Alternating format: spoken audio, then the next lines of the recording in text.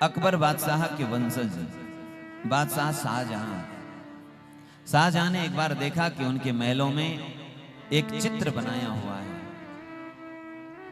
आप लोग सावधानी से सुने। एक चित्र बनाया हुआ है। उस चित्र में अकबर बादशाह स्वामी श्री हरिदास जी महाराज, जो वृंदावन जिन्होंने बिहारी जी को प्रकट किया, स्वामी श्री हरिदास जी महाराज के चरणों में झुके हुए हैं। ऐसा चित्र शाहजहां ने एक बार दर्शन किया। शाहजहां के मन में आया, जिनके चरणों में हमारे पूर्वज झुके, ये उनके दादा लगते थे। जिनके चरणों में हमारे पूर्वज झुके, मैं एक बार उनसे मिलने तो जाऊं। शाहजहां स्वामी हरिदास जी के दर्शन करने के लिए, उस समय हरिदास जी शरीर के रूप में विद्यमान नहीं थे।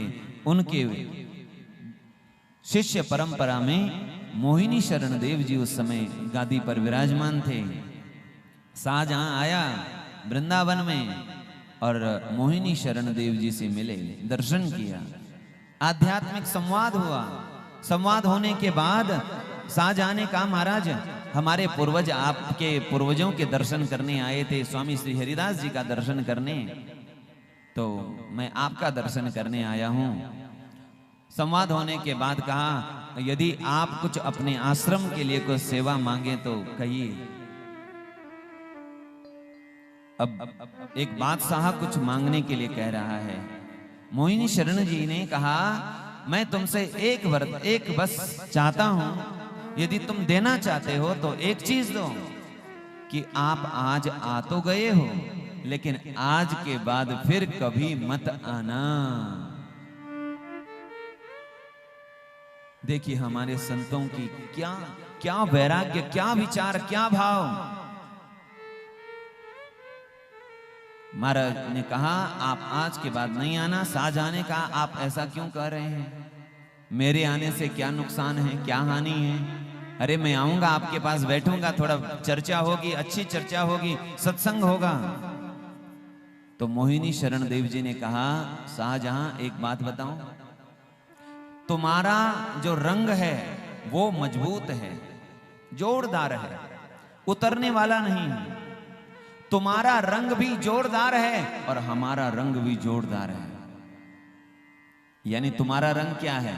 बादशाही का रंग, राजशाही का रंग, विषय भोगों का रंग, ये तुम्हारा जोरदार है, तुम यही करते हो।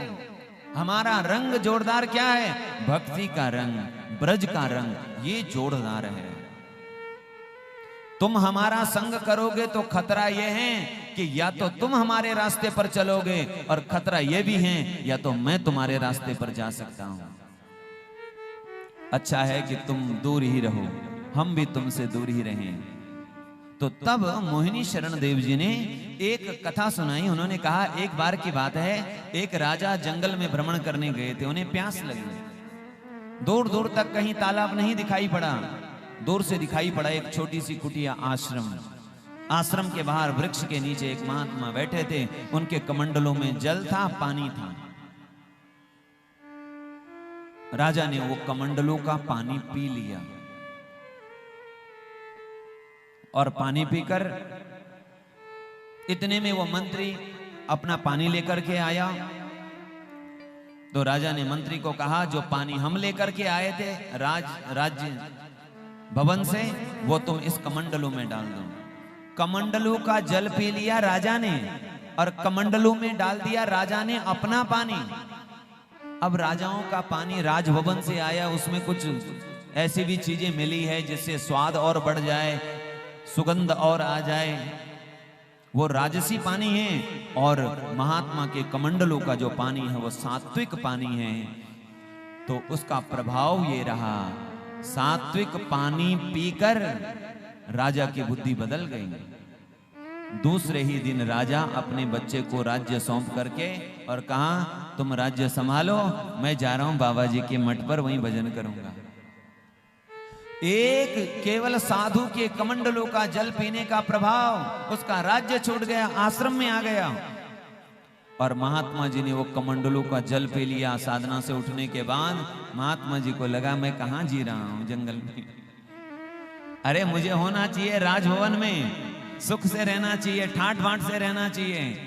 दूसरे दिन राजा आया साधु की शरण में और साधु गए राजा की शरण में। साधु ने कहा तुम साधु बन जाओ, मैं राजा बन जाता हूं, आपसी में एक दूसरे का पद ले लेते, मैं तुमको साधु बना देता हूं। तो वो राजा साधु बन गया और ये साधु जी चले गए कहां? राजभवन में राज्य करने के लिए। प्रभाव किसका? उस वस्तु का प्रभाव, उस वस्तु के संग का प्रभाव।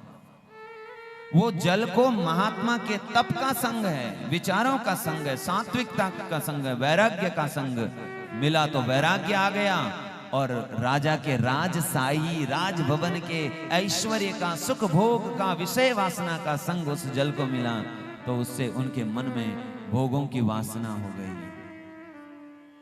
यही कहानी उन्होंने शाहजहां को सुनाई। शाहजहां प्रणाम करके चले गए। संग का प्रभाव देखिए।